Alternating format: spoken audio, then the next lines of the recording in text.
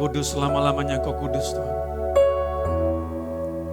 Engkau Allah yang ajaib, Engkau Allah yang besar. Tidak ada satu kuasa pun yang tidak tunduk kepadamu. Di atas langit, di bawah bumi, bahkan semuanya Tuhan.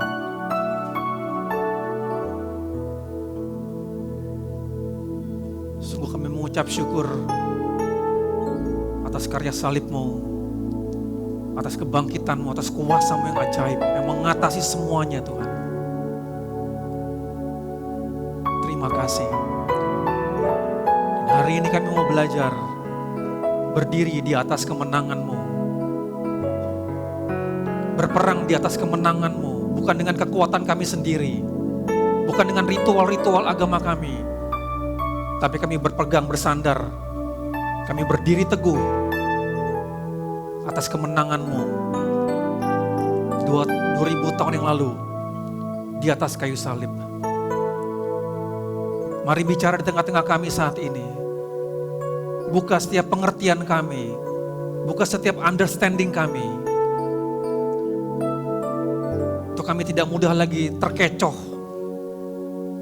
diintimidasi oleh tipu muslihat, si jahat. Tapi kami terus bersandar kepada firman-Mu, kepada Injil-Mu yang memerdekakan. Karena Injil-Mu yang kekuatan kami.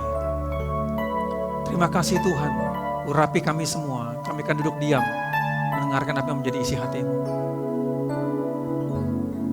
Biar firman disampaikan tidak hanya sampai kepada kognitif kami di pengetahuan, tapi firman yang mengubahkan kehidupan kami. Kami bertemu dengan sang firman, yaitu pribadi Engkau sendiri. Dan hidup kami diubahkan. Berbicara di tengah-tengah kami siap untuk mendengar. Dalam nama Tuhan Yesus, setiap umat Tuhan yang siap mendengar firman Tuhan sama-sama katakan, amin. Silakan duduk dalam hadirat Tuhan. Shalom, selamat pagi Bapak Ibu. Terima kasih buat tim Praise and Worship, menyapa juga Bapak Ibu dan saudara-saudara semua yang ada di streaming. Terima kasih untuk Bapak Ibu dan teman-teman semua yang sudah memberi untuk kepindahan gereja. Hari ini sudah terkumpul 65 juta 870. Kita beri tepuk tangan buat Tuhan. Saya percaya ini rumahnya Tuhan, kita hanya sebagai pengelola saja, dan pasti Tuhan juga akan bertanggung jawab. Sekali lagi terima kasih buat Bapak Ibu yang sudah memberi, berkorban. Dan hari ini rencananya saya akan membuat 2 seri khotbah ini. Nanti di minggu ketiga kita sudah mulai masuk di dalam eksposisi yang baru, yaitu di surat Filipi. Nanti Pastor Louis akan mulai dalam Filipi pasal yang pertama. Jadi hari ini dan minggu depan saya akan buat berseri khotbah hari ini. Teman-teman media boleh menampilkan PPT-nya. Hari ini kita akan berbicara the gospel in spiritual warfare. Bagaimana Injil, bagaimana lensa Injil melihat peperangan rohani. Ya, ini menarik sekali, dan ini di surat Efesus kita sudah selesai, dan ini yang terakhir pasal ke-6 saya akan bagi 2 hari ini dan minggu depan. Lalu minggu ketiga kita akan mulai masuk dalam surat Filipi, eksposisi yang baru yaitu di dalam surat Filipi. Oke. Nah, the gospel in spiritual warfare, bagaimana Injil melihat, bagaimana perspektif Injil tentang spiritual warfare atau peperangan rohani. Nah, kadang-kadang kita berpikir seperti ini. Injil itu kan kabar baik. Nah, pertanyaannya ya, kira-kira seperti itu ya. Kristus kan sudah menang. Mengapa kita orang percaya masih berperang? Kira-kira seperti itu. Oke. Lalu, apakah karya salib Kristus belum cukup? Apakah iblis masih berkuasa atas orang pilihan? Atau mungkin kita punya cara berpikir begini, buat apa lagi kita melakukan peperangan rohani? Siapa yang kita perangi? Kedagingan kita kah? Atau berhala? Atau benar-benar iblis atau setan? Lalu mungkin kita juga berpikir begini, apa makna sudah selesai? It is finished atau tetelestai. Kalau itu semuanya sudah dilakukan oleh Kristus di atas kayu salib, mengapa hari ini kita perlu lagi membahas tentang peperangan rohani? Kira-kira seperti itu ya. Nah, sebelum lebih jauh, ada dua pandangan yang cukup ekstrim. Pandangan barat itu sangat rasional, ya, atau pandangan timur sangat mistisisme, ya. Yang barat itu selalu berpikir under spiritual, maksudnya begini, setan atau iblis tidak ada, ya. Semua bisa dijelaskan, bisa diukur, dibuktikan secara empiris, kira-kira seperti itu. Mengabaikan hal yang rohani karena tidak masuk akal. Nah, ini dunia barat atau rasionalisme punya cara berpikir konsep seperti ini dalam melihat peperangan rohani, kira-kira seperti itu. Nah, sedangkan dunia timur, ya, yang memang banyak dengan mistisisme, kira-kira seperti itu, mereka over spiritual, ya, bencana, gempa, tanah longsor karena kurang sesajen, kira-kira seperti itu, ya. Ketabrak atau keserempet atau ban bocor gitu, ya. Ini pasti serangan, buka celah. Nah, ini orang-orang timur yang mistisisme itu seperti itu. Jatuh bangun dalam dosa, ada ikatan. Kita mesti dua pelepasan. Nah, kadang-kadang tidak melulu dua pelepasan. Karena mungkin pada saat kita jatuh dalam dosa itu bukan ikatan, karena berhala kita saja. Ya, ada sesuatu yang memang kita tidak kuat dalam tanda petik dengan firman mungkin seperti itu, ya. Dan ternyata Injil menentang keduanya. Saya pernah punya artikel waktu itu. Bapak Ibu tahu kasus lumpur Lapindo, udah lama sekali. Dan di artikel itu dijelaskan bahwa ada beberapa orang, tanda petik orang orang pintar, itu mereka mengadakan ritual di bibir samping di kolam itu, karena pada saat itu memang lumpur itu juga sudah cukup mengkhawatirkan. Dan mereka membuat ritual, mereka membuat ada sesajen di situ. Nah, inilah cara pandang orang timur seperti itu, ya. Karena buat mereka, kalau mereka tidak memberikan sesajen atau mereka tidak memberikan makan kepada tanda petik kepada dewa mereka marah. Dan inilah pandangan yang ekstrim yang timur, yang mistis. Tapi juga ada pandangan timur mistis yang rohani, ya. Misalnya apapun yang kita lakukan, ya, atau apapun yang kita katakan kita celaka lah begitu, ya, atau sesuatu yang tidak enak, pasti langsung berpikir apa? Pasti kita buka celah. Ini pasti saya lupa, katakanlah pengurapan. Hal ini kadang-kadang yang membuat kita terdistorsi dan membuat setan makin suka untuk tipu dayanya, sehingga kita menjadi orang yang mudah terombang-ambingkan. Tidak mengerti firman seperti apa, tidak kuat dalam firman. Nah, Injil menentang keduanya. Bahwa musuh ada betul, musuh itu nyata betul, tetapi kita tidak perlu takut berlebihan. Karena apa? Karena Kristus telah menyelesaikan semuanya di atas kayu salib. Nanti kita akan belajar sama-sama lagi, ya. Dan satu lagi yang cukup unik.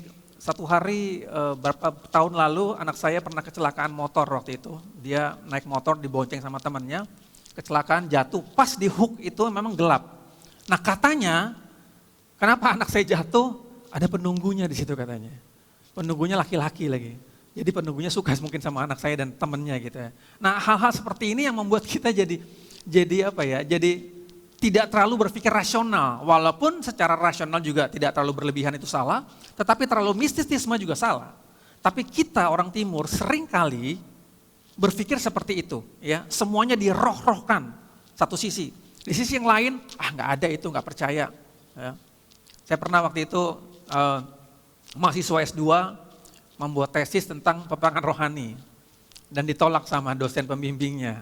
Sebenarnya bukan masalah peperangannya, cuma karena dia tidak bisa menjelaskan secara empiris bagaimana peperangan rohani itu bisa diukur, kira-kira seperti itu. Nah, bukan berarti dosen pembimbingnya ini orang yang rasional, bukan, tetapi kadang-kadang dalam kita menulis jurnal atau menulis penelitian, itu mesti dibedakan antara yang memang bisa terukur secara empiris atau memang yang abu-abu, kira-kira seperti itu, ya. Nextnya, nah kita tahu, tadi kita bilang kalau semuanya sudah selesai di kayu salib, ya, kalau Kristus sudah menyelesaikan semuanya, kalau dia sudah bilang tetelestai, it is finished, lalu kenapa kita berperang lagi? Nah, ada istilah already but not yet. Kira-kira begini. Sudah tapi belum sepenuhnya. Artinya sudah apa? Kristus sudah menang total di atas kayu salib. Maut dan iblis sudah dikalahkan. kita sudah dipindahkan ke dalam terangnya. Kira-kira seperti itu ya, ini pendahuluannya. Lalu not yet atau belum sepenuhnya begini. Dunia belum dipulihkan sepenuhnya. Dosa masih ada. Iblis masih beroperasi tapi tidak berkuasa mutlak. Nah, saya mau ajak Bapak Ibu, saya mau tunjukkan ya, di dalam 2 Petrus pasal yang ketiga ayat 13. 2 Petrus pasal yang ketiga ayat 13 sampai 14 dikatakan begini. Tetapi sesuai dengan janjinya, kita menantikan langit yang baru dan bumi yang baru di mana terdapat kebenaran. Ini pemulihan total ya. Tidak ada lagi iblis dalam pengertian dia mengintimidasi kita. Ayat 14-nya. Sebab pada saat nanti langit baru bumi baru, saudara-saudaraku sambil menantikan semuanya, ya menantikan langit baru bumi baru, kamu harus berusaha supaya kamu kedapatan tak bercacat dan tak bernoda di hadapannya dalam perdamaian dengan dia. Satu ayat lagi, Wahyu pasal yang ke 21. Wahyu 21 ayat yang ke 1. Ini tentang janji Tuhan, pemulihan Tuhan, yaitu langit baru, bumi baru ya. Wahyu 21 ayat pertama, lalu aku melihat langit yang baru dan bumi yang baru, sebab langit yang pertama dan bumi yang pertama telah berlalu dan laut pun tidak ada lagi. Dan aku melihat kota yang kudus, Yerusalem yang baru turun dari sorga, dari Allah yang berhias bagaikan pengantin perempuan yang berdandan untuk suaminya. Lalu aku mendengar suara yang nyaring dari tahta itu berkata, lihatlah, kemah Allah ada di tengah-tengah manusia dan ia akan diam bersama-sama dengan mereka. Mereka akan menjadi umatnya dan ia akan menjadi Allah mereka. Dan ia akan menghapus segala air mata, perhatikan, dari mata mereka dan maut tidak akan ada lagi perkabungan atau ratap tangis atau duka cita sebab segala sesuatu yang lama itu telah berlalu. Inilah yang nanti kita sedang nantikan, langit baru, bumi baru. Tapi sekarang dikatakan already but not yet, ya. Sudah tetapi belum sepenuhnya. Kira-kira seperti itu pengertiannya untuk kita bisa masuk, untuk kita bisa punya pengertian mengapa sampai saat ini kita masih berperang atau peperangan rohani. Nah, teks kita hari ini ya terambil dalam surat Efesus pasal yang ke-6 ayat yang ke-10 sampai 13. Hanya 4 ayat saja. Saya bacakan dulu ayat yang ke-10, nanti Bapak Ibu 11, 12, lalu kita bergantian.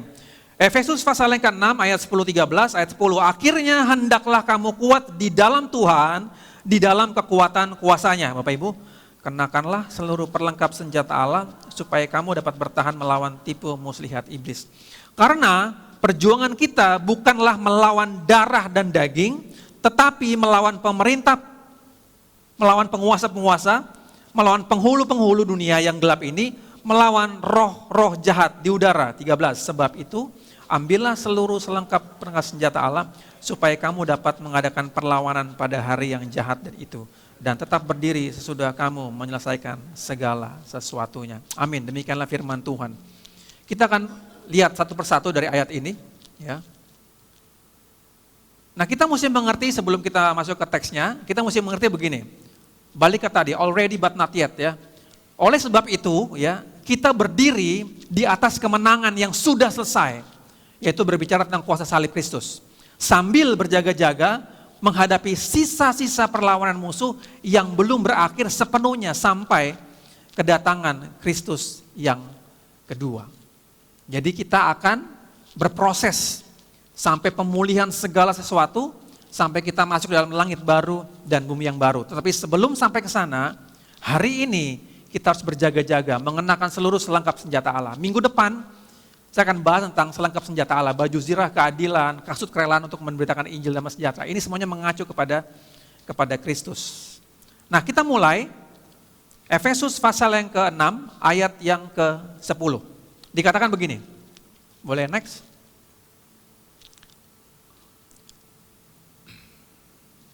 Efesus 6 ayat 10 dikatakan ini, akhirnya hendaklah kamu kuat di dalam Tuhan, di dalam kekuatan kuasanya. Nah, perhatikan kata akhirnya, atau dalam bahasa Yunani katakan toiloipoi, ya kira-kira begitu ya, toiloipo. Nah, untuk bisa mengerti Mengapa Paulus menjelaskan ayat akhirnya ini? Nanti kita akan lihat strukturnya dulu ya. Jadi kata akhirnya ini itu berarti dari sekarang atau seterusnya atau dari sisa waktu yang ada ya. Dan ini bukan penutup tapi puncak atau klimaks dan mengandung konsekuensi logis. Mari kita lihat. Nah, ini struktur dari surat Efesus ya. Kita sudah belajar ya. Pasal pertama sampai 3 itu berbicara tentang siapa kita di dalam Kristus. Fokusnya tentang pengajaran atau doktrin. Kata kuncinya identitas, kasih, karunia dan posisi. Lalu pasal 4 sampai 5 bagaimana kita hidup di dalam Kristus ya. Nah, kenapa saya mesti menampilkan ini? Ini untuk menjawab kata akhirnya. Jadi begini. Siapa kita di dalam Kristus? Kemarin kita belajar, kita dipilih, kita ditentukan, kita ditebus, diampuni, ya, dimeteraikan, bahkan from death to life, dari kematian kepada kehidupan, dari jauh kepada dekat, kita sudah belajar semuanya. Nah, dari semuanya yang kita peroleh di dalam Kristus, itu semua mengandung konsekuensi logis. Apa? Iblis tidak suka. Dia akan menyerang, menghancurkan, mengintimidasi, bahkan membuat kita ragu dengan segala tipe muslihatnya. Makanya Paulus bilang akhirnya. Jadi setelah kita mendapatkan semuanya, dari mulai pasal yang pertama sampai pasal yang ke-6, semua berkat rohani, semua kekuatan kuasanya kita sudah belajar kemarin. Akhirnya Paulus bilang kita harus kuat. Karena kenapa? Iblis tidak suka dan dia akan menyerang hal-hal seperti itu. Dia akan mencuri hal-hal seperti yang sudah kita peroleh itu. Jadi peperangan rohani adalah konsekuensi logis dari kita yang memiliki dan memperoleh berkat rohani. Musuh tidak akan menyerang orang yang tidak memiliki apa-apa. Kira-kira begini, secara harafiahnya Rasul Paulus mau bilang begini. Akhirnya, dengan sisa waktu yang ada, yang kita miliki di dunia ini, hendaklah kalian dikuatkan di dalam Tuhan. Jadi sekali lagi, kata akhirnya ini menjelaskan semua yang sudah kita peroleh, semua yang sudah kita dapat tentang berkat kekayaan yang disediakan Tuhan oleh kita. Kita dipilih, ditebus, dimeteraikan, tadinya kita jauh menjadi dekat, tadinya kita hidup, tadinya kita mati menjadi hidup. Nah, karena faktor-faktor itulah, setan tidak tinggal diam. Dia mau menghancurkan, mau mengintimidasi kita, mau menyerang kita, mau mengambil damai sejahtera kita. Tapi Paulus bilang apa? Hendaklah kalian dikuatkan di dalam Tuhan. Nah, kita langsung ke ayat yang berikutnya. Efesus 6 ayat yang 10 dikatakan gini, katanya adalah akhirnya, tadi kita sudah belajar kata akhirnya, hendaklah kamu kuat di dalam Tuhan. Nah, kuat di dalam Tuhan itu dari kata endinamuste, katakan begitu ya, endinamuste. Endinamuste itu artinya kesanggupan, ya, artinya kesanggupan, dan ini merupakan sesuatu yang diinjek ke dalam diri kita. Karena kenapa? Bentuknya ini imperatif. Jadi bukannya kita usahakan, bukannya kita bekerja keras, bukannya kita melakukan ritual-ritual agama untuk supaya kita kuat di dalam Tuhan, bukannya kita berpuasa, bukan. Tetapi ada sesuatu faktor di luar, faktor eksternal yang membuat kita menjadi kuat, yaitu Tuhan. Makanya harafiahnya harusnya begini, hendaklah kalian dikuatkan di dalam Tuhan. Itu pasif. Jadi kita menjadi kuat di dalam Tuhan, mempertahankan semua yang sudah Allah berikan, yang sudah Tuhan berikan, dikuatkan, tapi bukan dengan kekuatan kita, tetapi karena Kristus yang sudah menang itu. Ya, kira-kira seperti itu. Ada kekuatan dan kesanggupan yang dari Tuhan secara terus-menerus berkesinambungan. Jadi kekuatan itu tidak cuma sekali saja, tapi terus berkesinambungan. Jadi ini berbicara tentang kebersandaran kita, ya, atau kebergantungan kita yang penuh kepada Dia. Karena ada kekuatan yang dari luar, yaitu kekuatan Kristus yang ada di dalam kita, yang terus bekerja, terus-menerus berkesinambungan, itu membuat kita bergantung dan bersandar penuh kepada Dia. Bukan dengan mengandalkan kekuatan diri kita. Jadi kita menerima kekuatan, kuasanya dari Dia. Makanya dibilang hendaklah kamu dikuatkan di dalam Tuhan. John Calvin pernah bilang begini, next. Kita tidak dipanggil untuk berperang dengan kekuatan kita sendiri, melainkan untuk berdiri teguh di dalam kekuatan Tuhan. Karena kemenangan itu tidak bergantung pada kita, melainkan pada Kristus yang telah menang. Mari kita masuk lebih dalam lagi. Kita preteli satu-satu teksnya. Sekarang kita lihat ayat kekuatan kuasanya. Ya. Efesus 6 ayat 10 dikatakan gini, akhirnya kita sudah tahu akhirnya berbicara tentang apa, hendaklah kamu kuat, juga kita sudah belajar tadi, dan sekarang hendaklah kamu kuat di dalam Tuhan, di dalam kekuatan kuasanya. Nah menarik kalau Bapak Ibu ingat ya, waktu kita belajar di pasal 1 ayat 19 kemarin, di situ Paulus membuat 4 kata kuasa yang berbeda dalam satu frasa. Nah pola ini diulang lagi tetapi dia memakai 2 kata. Yaitu apa? Kratei dan iskaio. Apa itu? Nanti kita lihat. Ya, kratei ini adalah kekuatan yang berdaulat, yang absolut, yang dari Tuhan. Sedangkan iskaio ini berbicara tentang keperkasaan atau kuasa yang tidak terbatas. Bayangkan Paulus mengulangi lagi di pasal 6 ini tentang kuasa yang seperti di 1 ayat 19 kemarin, itu ada di dalam kita. Makanya untuk melakukan peperangan rohani, kita tidak memakai kekuatan sendiri. Kita tidak memakai ritual-ritual, kita tidak memakai atribut-atribut apapun. Cukup tahu identitas kita, siapa di dalam Kristus, dan tahu bagaimana dia sudah menyelesaikannya di atas kayu salib. Itu cukup. Dan setan tahu itu, dia mencoba untuk mentwist, dia mencoba untuk mengintimidasi kita, mencoba menyerang kita dengan pola pikir kita. Nanti kita lihat lebih jauh lagi. Jadi sekali lagi, kekuatan kuasanya, kratei dan iskaio ini adalah sesuatu yang memang absolut. Kedaulatan Tuhan yang full, yang Tuhan berikan kepada kita. Next slide, makanya dikatakan begini, peperangan rohani bukan tentang merebut kemenangan baru, melainkan mempertahankan berkat dan kekayaan rohani yang sudah kita miliki di dalam Kristus selama sisa hidup kita. Sekali lagi saya mau ulang, peperangan rohani bukan tentang merebut kemenangan yang baru, melainkan mempertahankan berkat dan kekayaan rohani yang sudah kita miliki di dalam Kristus selama kita hidup. Kekuatan dan kemenangan diraih bukan dengan kerja keras atau kerja lebih keras atau dengan usaha manusia, melainkan dengan bersandar penuh kepada Kristus. Waktu kita mengerti hal ini, waktu kita mengerti posisi kita, identitas kita, ini ada sesuatu yang berbeda dan kita penuh tanda petik kepercayaan diri. Apapun kita berjalan, misalnya kita menemukan sesuatu lah, peperangan apapun lah, kita firm di situ. Bapak Ibu tahu kisah pada saat Tuhan Yesus di Gerasa atau di Gedara, pada saat Tuhan datang ke daerah itu legion ya, nanti baca ceritanya, itu dari jauh dia sudah bilang, dia sudah katakanlah sudah manifest lah, katakanlah begitu. Dan pada saat dia bertemu Tuhan, dia katakan gini, hai anak Allah yang maha tinggi, untuk apa kau datang? Artinya dia sudah merasakan sesuatu hal yang berbeda. Pada saat Kristus datang menginjakan kaki di Gedara, setan udah manifest.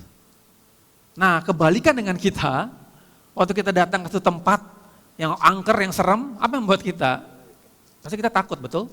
Belum lagi kalau itu berkaitan dengan, katakanlah misalnya tempat ini adalah tempat yang diangkerkan, ya, tempat yang, ya begitulah.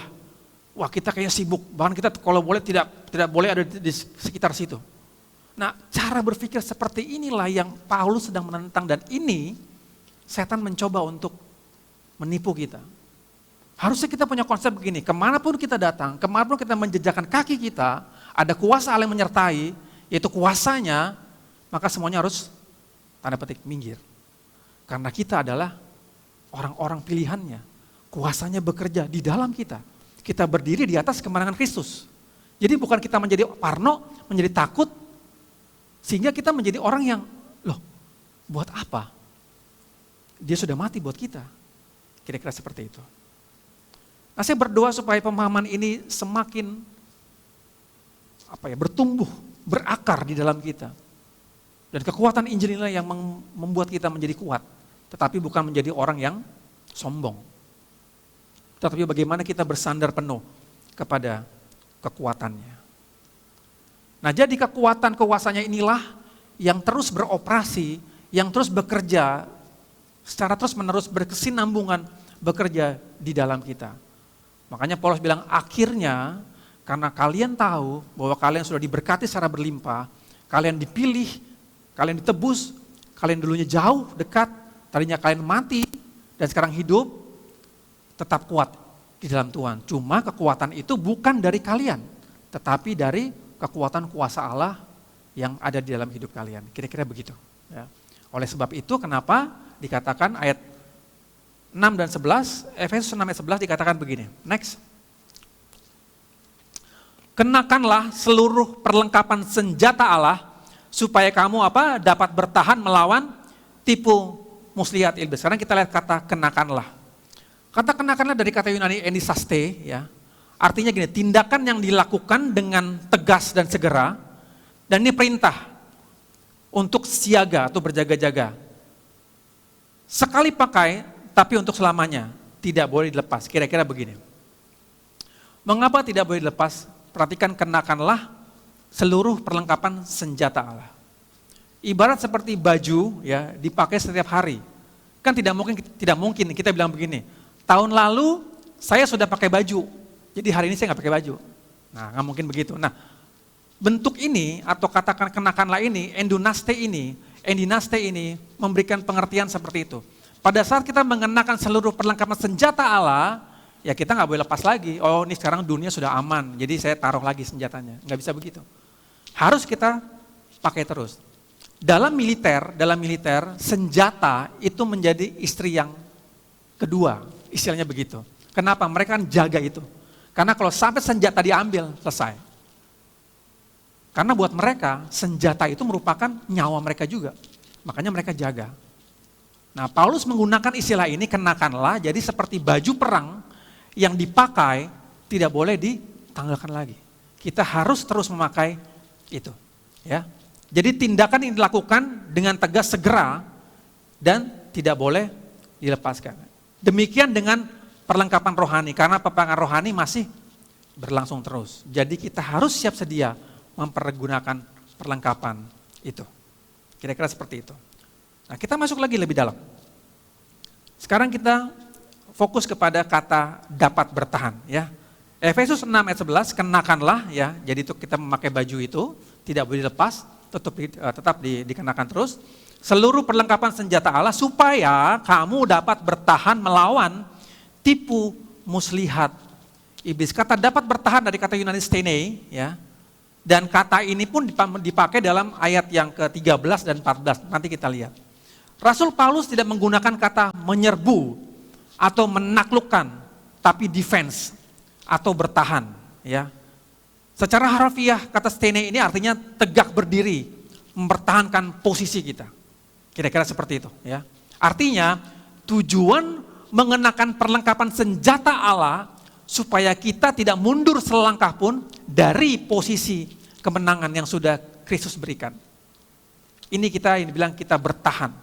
Dan Paulus tidak memakai kata taklukkan atau serbu, tidak, tapi kita bertahan.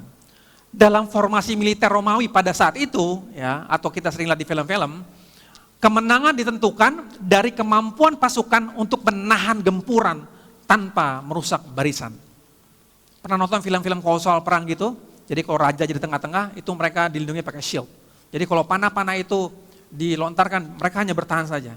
Lalu mereka kalaupun mundur, tetap dalam kondisi shieldnya itu tetap siaga. Jadi dalam formasi militer Romawi, kemenangan ditentukan dari kemampuan pasukan untuk menahan gempuran tanpa merusak barisan. Aplikasinya begini. Kita dapat bertahan karena Kristus telah bergumul dan menang di Getsemani dan di atas kayu salib pada saat dia bilang, sudah selesai, it is finished, tetelestai. Di bagian itunya, dia sudah mengerjakan dengan tuntas. Tetapi karena baik lagi yang tadi, ya, karena pemulihan dunia belum total, masih ada dosa, dan kadang-kadang masih ada kuasa yang mencoba untuk mengintimidasi kita, tetapi konsepnya, cara berpikirnya, filosofinya adalah kita sudah menang atas kemenangan Kristus. Sehingga apa? Sehingga iblis tidak mudah untuk membuat kita goyah. Nah, lalu sekarang kita lihat yang berikutnya. Kita fokus kepada kata tipu muslihat iblis. Karena seluruh selengkap senjata Allah, ya, kita memakai baju itu dan tidak bisa dilepas, dan kita tetap harus dapat bertahan gitu ya. Melawan apa? Melawan tipu muslihat iblis. Ini dari kata metodias, dari kata inilah muncul kata metode atau metodologi. Kira-kira begitu ya. Nah, kata metodias ini memiliki harfiah, yaitu metode atau skema atau strategi licik atau rencananya yang tersembunyi. Kira-kira begitu ya, kira-kira begitu artinya ya. Nah, Rasul Paulus tidak memperingatkan kita tentang kekuatan iblis, melainkan metodenya, strateginya, kelicikannya, dan rencana tersembunyinya. Iblis tidak menyerang secara frontal, terkadang melalui pemikiran-pemikiran yang terlihat logis atau rasional, tapi justru menjauhkan kita dari salib. Kira-kira seperti itu. Nah, boleh next? Sebelum sampai sana. Jadi baik lagi ya, Paulus tidak memperingatkan kita tentang kekuatan iblis, tetapi tentang metode, strategi, kelicikan, dan rencana terselubungnya. Dan iblis tidak pernah menyerang frontal, terkadang melalui pemikiran yang logis, yang rasional. Contoh misalnya begini ya, mau kaya atau sukses, ya kerja keras, kira-kira begitu ya. Atur keuangan dengan ketat, alias pelit gitu. Mau dapat nilai bagus buat yang lagi studi, tapi malas belajar dan baca buku, ya nyontek atau ChatGPT, kira-kira begitu kan. Buat khotbah juga begitu kan, buat khotbah, aduh susah nih, ChatGPT, tolong dong ayat ini, ya kira-kira begitu ya, kira-kira. Nah, ini sesuatu yang logis ya, tetapi sebenarnya bukan itu tujuannya, atau bukan itu yang Tuhan mau. Atau contoh begini, mau gereja cepat bertumbuh, ya, supaya jemaatnya banyak, tapi malas menginjil dan pemuritan apa? Iming-imingi jemaat gereja lain dengan sembako, ya, dijemput-jemputin, kira-kira begitu ya Bapak Ibu ya. Undanglah pengkhotbah-pengkhotbah yang lucu-lucu, yang mengenakan telinga, yang memotivasi. Nah, ini semua yang dibilang apa? Iblis memainkan strateginya, kelicikannya dengan apa? Pemikiran-pemikiran yang logis, yang rasional. Nggak apa-apa ya, misalnya supaya gereja kita banyak, kita punya media sosial yang baik, betul. Lalu kita undang aja pengkhotbah, jangan berita salib, jangan bicara penderitaan, bicara berkat. Oh pasti ramai gerejanya, percayalah. Dan sekarang itulah yang sedang dibuat di beberapa gereja. Dan gereja menjadi ladang bisnis yang paling menguntungkan. Ada amin?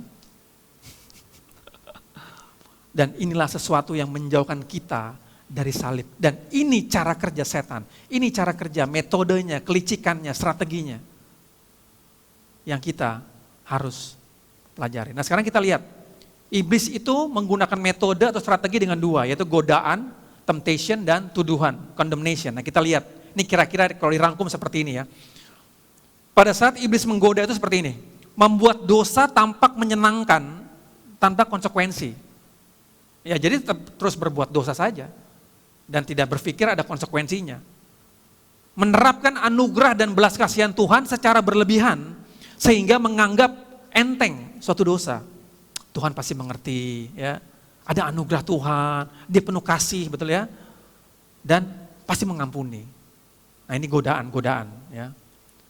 Lalu membandingkan hidup dengan orang jahat, iri hati dan putus asa. Kemarin Pastor El bilang ya di Mazmur 37 ya.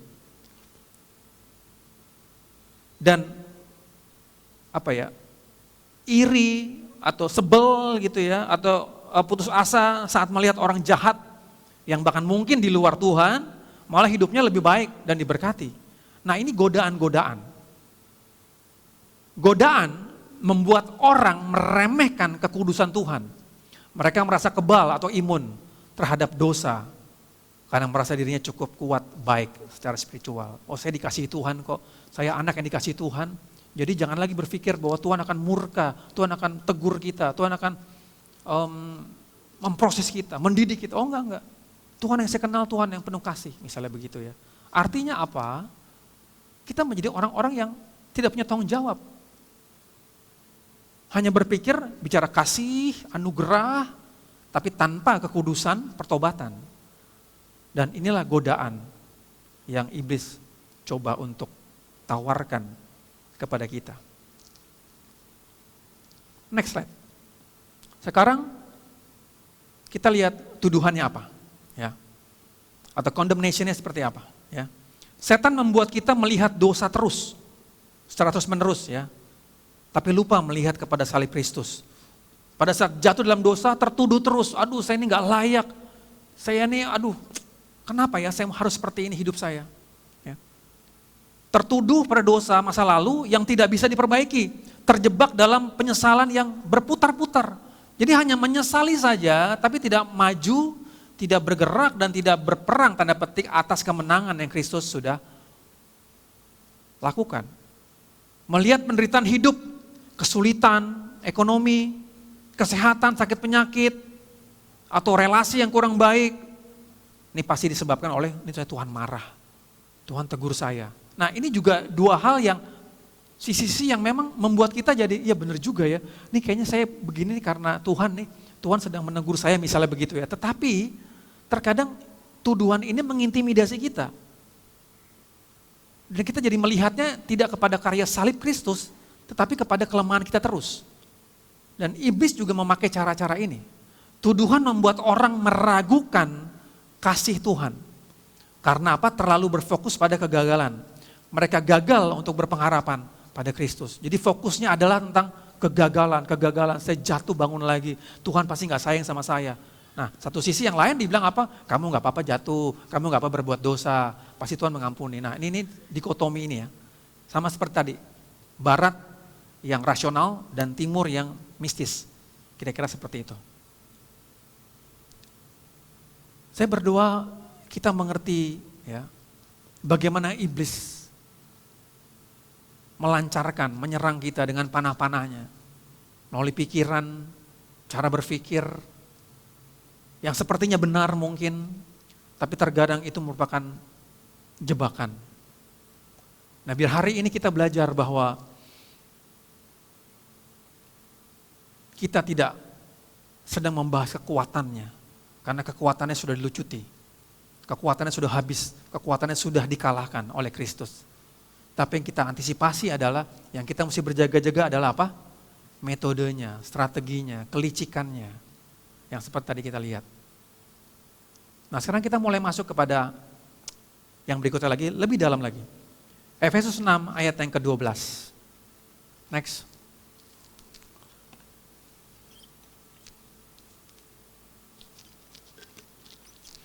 Dikatakan demikian, karena perjuangan kita bukanlah melawan darah dan daging, tetapi melawan pemerintah-pemerintah, melawan penguasa-penguasa, melawan penghulu-penghulu dunia yang gelap ini, melawan roh jahat di udara. Nanti kita akan kupas satu persatu. Sekarang kita mulai dengan melawan darah dan daging, ya.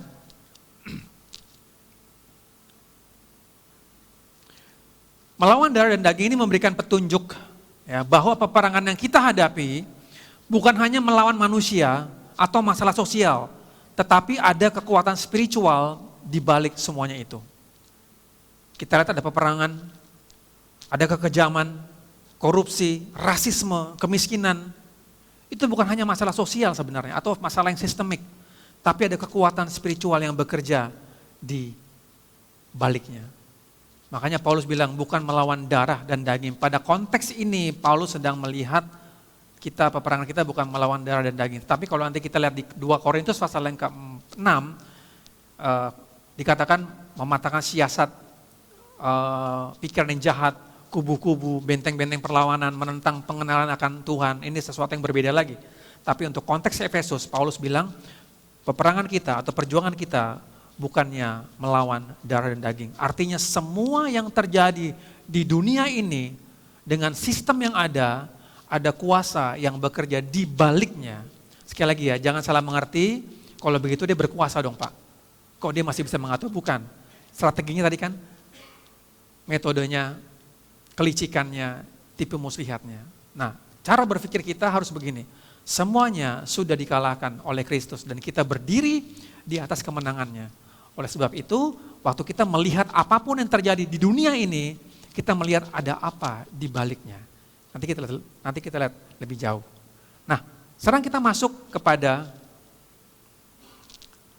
kata pemerintah dan penguasa. Karena perjuangan kita bukanlah melawan darah dan daging yang tadi ya, semuanya itu ada yang kuasa yang bekerja di belakangnya, tetapi melawan pemerintah, melawan penguasa. Sekarang kita lihat pemerintah dan penguasa itu dari kata arkas atau ekusias ya. Artinya begini, iblis yang bekerja melalui sistem dan otoritas. Jadi begini, iblis tidak hanya bekerja melalui kesurupan misalnya begitu ya, baik individu atau kesurupan massal, tetapi menyusup ke dalam struktur dunia melalui apa? Ideologi, hukum yang tidak adil, sistem yang menindas martabat manusia. Kita jangan hanya waspada terhadap dosa pribadi, tapi waspadalah terhadap sistem dunia yang memaksa kita untuk berkompromi dengan iman.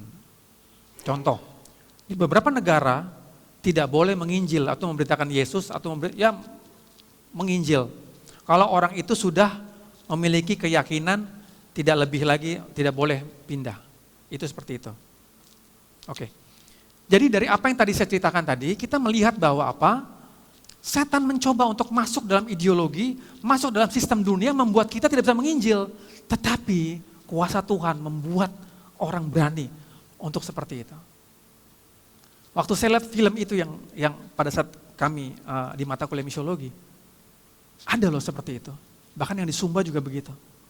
Sekarang banyak sekali hal-hal demikian yang Tuhan sedang bekerja, menuai mereka-mereka akan percaya Kristus. Nah baik lagi.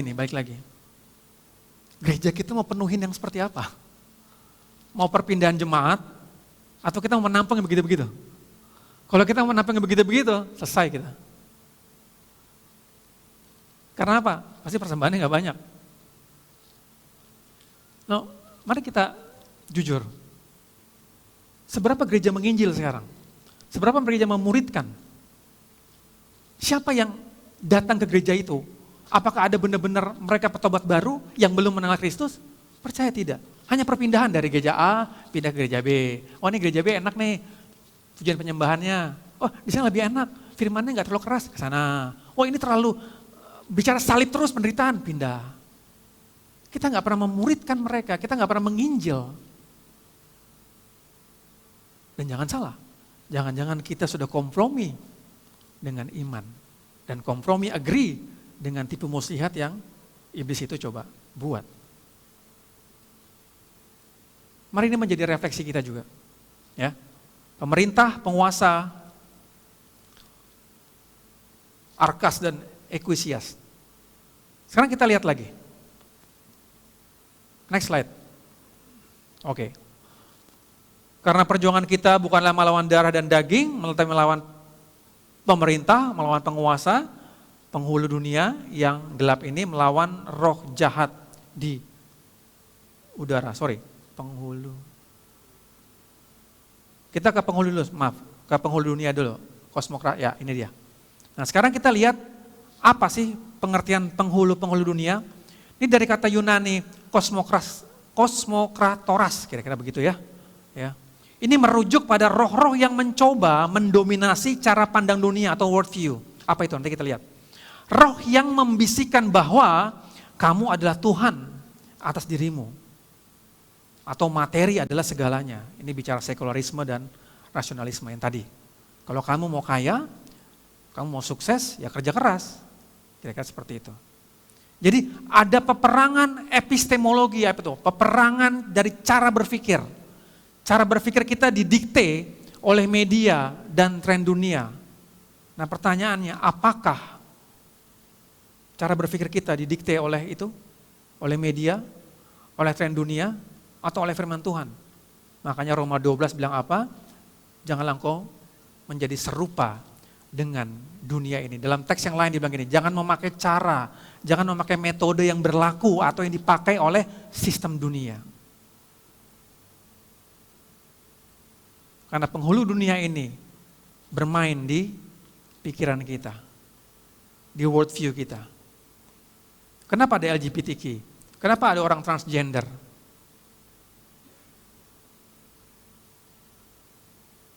Karena mereka berpikir, wah itu sah-sah saja. Saya mencintai seseorang tanpa harus melihat gender, nggak apa-apa. Dan itu, katakanlah Alkitab. Kan Allah adalah kasih. Kacau cara berpikir seperti ini. Nah inilah yang ada saat ini. Ya. Peperangan epistemologi, itu peperangan dari cara berpikir kita, worldview kita, cara pandang kita, POV kita. Semuanya tidak lagi based on firman, tidak lagi memakai lensa Injil dan menjadi sekuler sekali.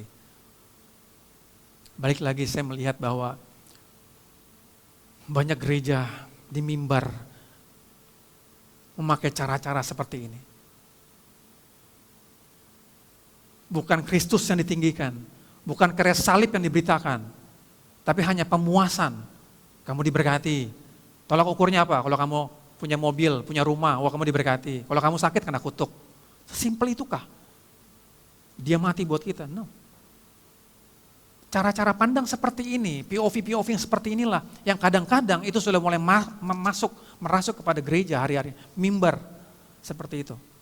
Kita tidak lagi berbicara firman yang benar, tidak lagi melihat teks dengan benar, tidak lagi melihat, menafsirkan dengan benar, tapi sesuai dengan apa yang mengenakan telinga yang tadi saya bilang. Nah sekarang kita lihat kepada yang berikutnya, roh-roh jahat. Next slide.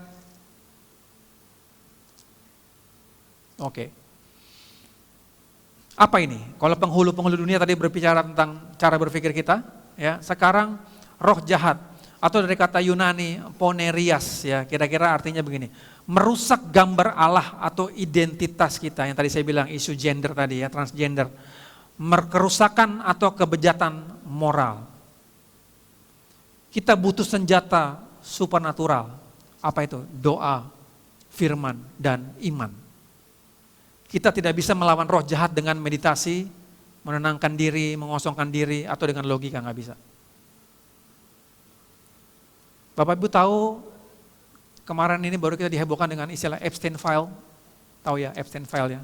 Itu kebuka semuanya. Itu betapa kita melihat kebejatan moral, kerusakan moral. Seperti itulah dunia hari-hari ini. Dan inilah cara kerja roh jahat itu. Orang tidak lagi malu mempertontonkan kalau memang dia punya sesuka sama jenis. Dunia tidak lagi malu untuk mempertontonkan kebejatan moralnya. Dan itu sesuatu yang lumrah. Itu hak saya.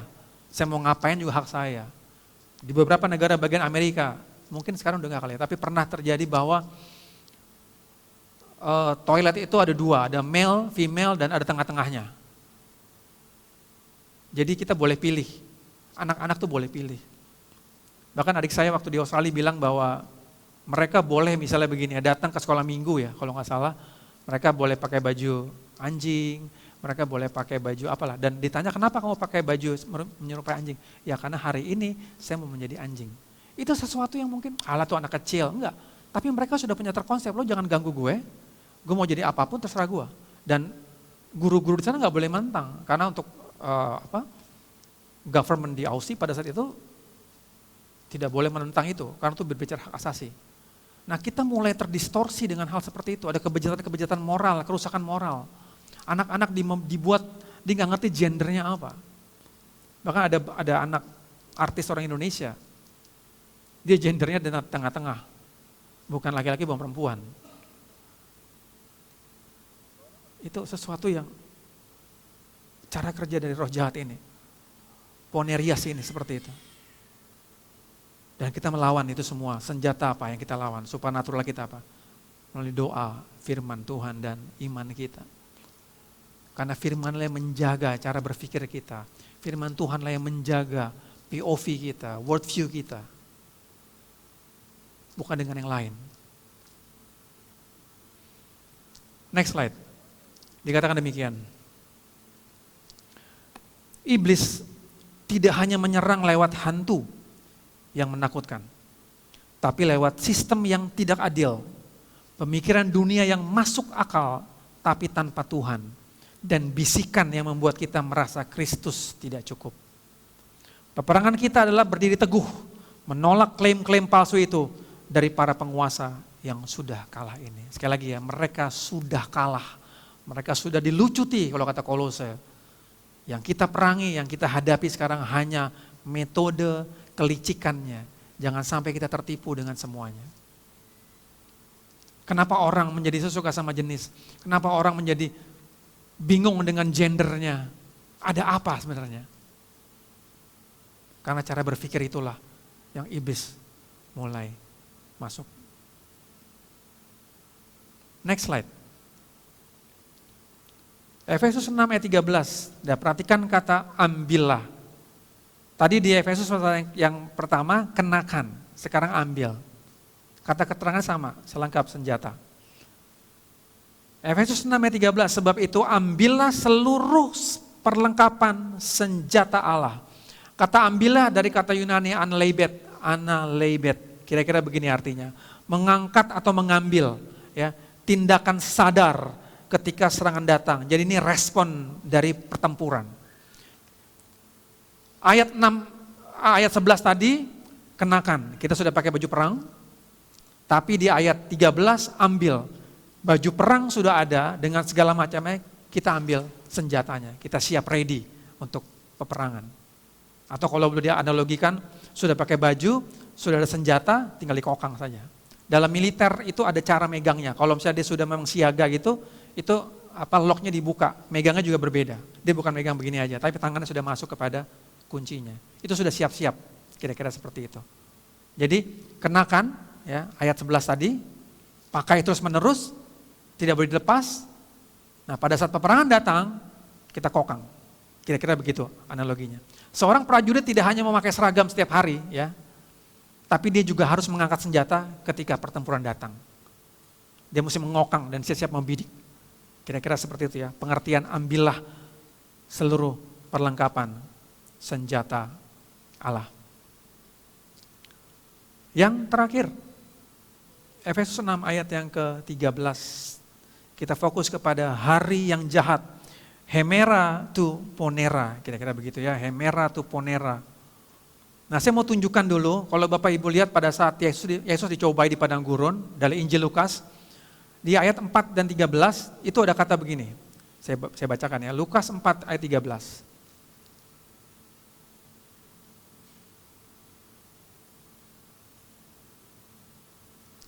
Injil Lukas pasal yang keempat, ayat yang ke-13. Dikatakan demikian. Sesudah iblis mengakhiri semua pencobaan itu, ia mundur daripadanya, dari Tuhan, dan perhatikan, menunggu waktu yang baik. Apa relate-nya dengan teks kita hari ini? Dikatakan hari yang jahat atau hemera tu ponero, ini adalah hari yang memang bukan berbicara tentang hari-hari Tuhan, kiamat atau hari kedatangan, bukan. Tapi ini hari di mana ada saat-saatnya kita tuh merasa seperti tertekan, kita seperti lemah. Makanya tadi saya kontraskan dengan Lukas 4:13, setan tuh kadang-kadang menunggu waktu yang ada, menunggu waktu yang baik. Waktu kita kuat, katakanlah gitu ya, waktu kita lagi berapi-api misalnya begitu, katakanlah seperti itu. Pasti kita kan bisa melawan tipu muslihat iblis. Tapi waktu kita lemah, kita mulai mempertanyakan Tuhan di mana, kenapa saya jatuh bangun terus, disitulah hari itu. Disitulah saat-saat di mana iblis mencoba melepaskan panah-panahnya. Jadi begini, hemera tu ponera ini merujuk pada momen atau saat atau titik terendah atau terlemah kita. Makanya kalau kita balik ke tadi, hendaklah kita dikuatkan di dalam Tuhan, bukan kekuatan kita. Ya, ini membuat kita tetap firm, tetap bertahan. Tuhan tidak menjanjikan kita bebas dari hari itu, dari momen itu. Tapi dia memberikan perlengkapan senjatanya agar Saat hari itu berakhir, kita semua tidak ditemukan tergeletak kalah.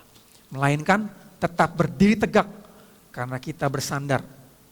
Karena kita tidak bersandar pada kekuatan sendiri, tapi pada kekuatan kuasanya. Ada amin?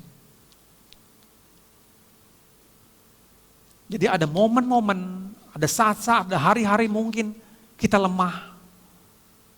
Kita terintimidasi dengan cara-cara tipu muslihat, si jahat. Disitulah dia masuk. Mungkin dengan kata-kata manis, ya. Kenapa kamu jatuh lagi? Tuhan marah sama kamu. Kamu tidak layak, gitu ya. Atau sebaliknya, kenapa kamu masih miskin? Karena kamu tidak mengatur keuanganmu dengan baik. Ya, kira-kira begitu ya. Kenapa gerejamu tidak bertumbuh? Mengapa jemaat-jemaat kamu semakin hari semakin merosot? Coba dong, misalnya begitu ya. Panggil pengkhotbah-pengkhotbah yang besar supaya penuh lagi. No, kadang-kadang kalau kita dalam kesendirian, hal-hal seperti itu akan masuk. Iya ya, benar juga ya, diolah. Iya ya. Nah, lo mulai memakai pikiran sendiri. Wah, saya harus berbuat A, saya harus berbuat B, saya harus melakukan ritual agama ini, saya mesti begini, saya mesti puasa 40 hari, saya mesti puasa Esther, saya mesti puasa Musa. Itu yang di konsep kita. Nah, kita lupa cara berpikir kita harusnya nggak begitu. Bagaimana kita bisa melawan cara berpikir seperti itu? Tentunya dengan firman Tuhan dan kekuatan kuasanya. Saya undang pemain musik untuk maju ke depan. Gospel reflection-nya. Saya berdoa biar hari-hari ini kita semakin mengerti konsep ini dan kita tahu cara kerjanya. Pada saat dia mulai menghembuskan bisikan-bisikan di telinga kita, di hati kita. Kita tahu apa yang harus kita buat. Gospel reflection yang pertama adalah, apakah kita kadang meremehkan musuh dengan berkata, tidak usah peperangan rohani. Kristus sudah menyelesaikan semuanya. Kita menjadi orang Kristen yang pasif, tidak bertanggung jawab. Kita harus bertobat dari konsep berpikir seperti ini. Atau sebaliknya, semua pastikan roh jahat. Saya mesti didoakan pelepasan. Saya harus didoakan. Saya mesti melakukan puasa. Tapi lupa persoalan sebenarnya adalah dosa dalam hati atau berhala. 2 minggu lalu saya ngobrol dengan jemaat, dikatakan demikian, Pak, kenapa ya kok sekarang itu sepertinya banyak para pemimpin yang jatuh, apakah setan menyerang kepala ya, kira-kira begitu ya. Saya bilang, bisa tidak, tapi begini, kalau kita selidiki lebih jauh, sebenarnya bukan setan menyerang kepalanya atau menyerang pemimpin, tapi pemimpinnya punya berhala. Contoh misalnya begini, ini bicara pemimpin hamba Tuhan, gembala lah ya. Waktu mungkin gerejanya kecil, katakanlah dengan jumlah jemaat 40 orang lah misalnya begitu. Kecenderungan orang pasti gak akan buat aneh-aneh. Ya. Tapi pada saat mulai dilipat gandakan, tiba-tiba langsung meledak 500, 1000, bahkan lebih. Kadang-kadang gembalanya apa? Jujur, pengen ganti mobil, pengen ganti sound. Nah inilah cara-cara berpikir seperti inilah kalau tidak didasari oleh hati yang murni, selesai. Jadi bukan karena setannya yang menyerang pemimpin, bukan. Memang manusianya dengan berhalanya. Dia pengen dengan jumlah jemaat dari 40 lalu berkembang 1000, wah dia pengen sesuatu yang lebih baik dong. Saya pengen pakai jam yang mahal, misalnya maaf. Saya pengen punya barang-barang branded. Dan bukan setan disalahin, memang kitanya aja. Nah konsep-konsep seperti ini tanpa sadar kita sering kali menyalahkan setan, padahal enggak. Berhala kita mau dilihat, kita mau dianggap orang mungkin. Masa jemaat 1000 mobilnya misalnya apalah sebutkan. Saya mesti naik yang Alphard dong. Itu yang terjadi Bapak Ibu sekarang. Tanpa sadar, sistem dunia ini merasuk ke dalam gereja dan hamba Tuhan tentunya. Jadi bukan semuanya karena roh jahat sebenarnya. Bukan semuanya karena iblis. Tapi ada berhala di hati kita. Dan yang terakhir, apakah kita berperang dengan kekuatan sendiri? Dengan melakukan ritual keagamaan? Saya tidak menentang puasa ya. Saya tidak menentang hal-hal demikian. Tapi tujuannya apa? Apakah dengan tanpa puasa doa kita nggak dijawab? Misalnya. Apakah harus puasa? Menyakiti diri? Kan enggak. Padahal kemenangan sudah dimenangkan Kristus melalui kuasa kebangkitannya. Mari kita renungkan 3 poin ini. Kita di posisi yang mana? Saya berdoa biar kebenaran firman hari ini benar memerdekakan kita. Kita tidak lagi ditipu, kita tidak lagi hidup dengan intimidasi, tapi benar-benar kita berdiri teguh, kita merdeka atas kemenangan yang Kristus sudah berikan kepada kita. Amin. Mari kita sembah Tuhan. Mari kita berdoa.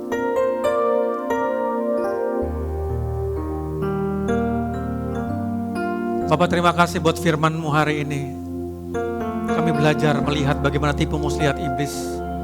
Dan kami juga mengakui Tuhan kelemahan kami. Kalau mungkin kami sering kali menggunakan kekuatan kami sendiri tanpa memakai pemikiran atau konsep berpikir kami bahwa sebenarnya Engkau sudah melakukan 2000 tahun yang lalu di atas kayu salib. Oleh sebab itu Engkau berkata, sudah selesai. Ampuni kami Tuhan. Tapi hari ini kami belajar firman-Mu menegur kami, menguatkan kami. Tidak ada kuasa pun, panah-panah dari iblis yang bisa hari ini mengintimidasi kami. Meteraikan firman-Mu Tuhan, biar kami tidak hanya menjadi pendengar, tetapi menjadi pelaku-pelaku firman. Dan pada saat kami keluar dari tempat ini, kami tetap teguh berdiri. Tidak mudah goyah dengan segala macam tipu muslihat iblis. Karena kami tahu kemenangan itu mutlak. Kemenangan itu absolut. Dan kemenangan itulah yang bekerja mendorong kami untuk kami tetap kuat berdiri di atas kemenangan Engkau sendiri. Terima kasih Tuhan buat hari ini. Sebentar kami juga akan masuk dalam perjamuan. Kami akan sehidangan dengan Engkau. Kami mengucap syukur buat darah-Mu yang tertumpah, buat tubuh yang terpecah. Biar dia menjadi pengingat kami Tuhan.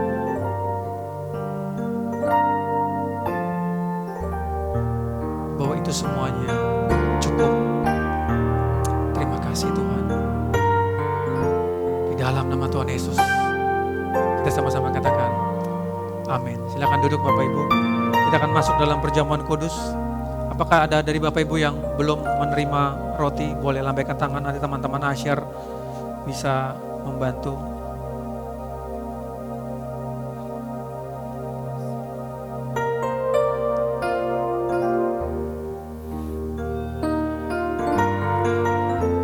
Sudah semua?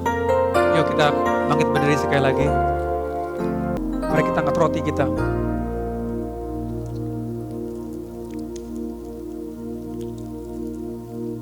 Sebab apa yang telah aku teruskan kepadamu telah aku terima dari Tuhan, yaitu bahwa Tuhan Yesus pada malam waktu Ia diserahkan mengambil roti, dan sudah itu Ia mengucap syukur atasnya. Ia memecah-mecahkannya dan berkata, inilah tubuhku yang diserahkan bagi kamu. Perbuatlah ini menjadi peringatan akan aku. Bukankah roti yang kita pecahkan adalah persekutuan dengan tubuh Kristus? Mari kita makan di dalam nama Yesus.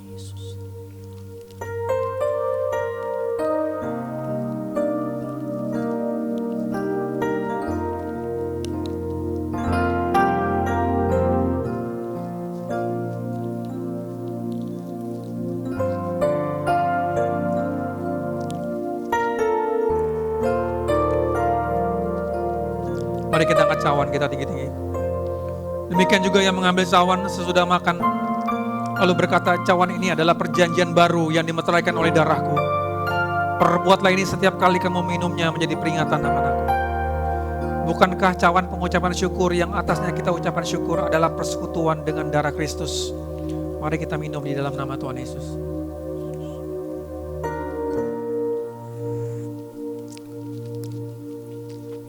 Mari kita naikkan syukur kita kepada Tuhan. Terima kasih Tuhan buat tubuh dan darah-Mu. Terima kasih Tuhan. Mari kita sembah Tuhan. Bapa, terima kasih buat tubuh dan darah-Mu. Kami terima semuanya dengan ucapan syukur. Di dalam nama Tuhan Yesus kita semua sama-sama katakan amin. Silakan duduk Bapak Ibu dalam hadirat Tuhan.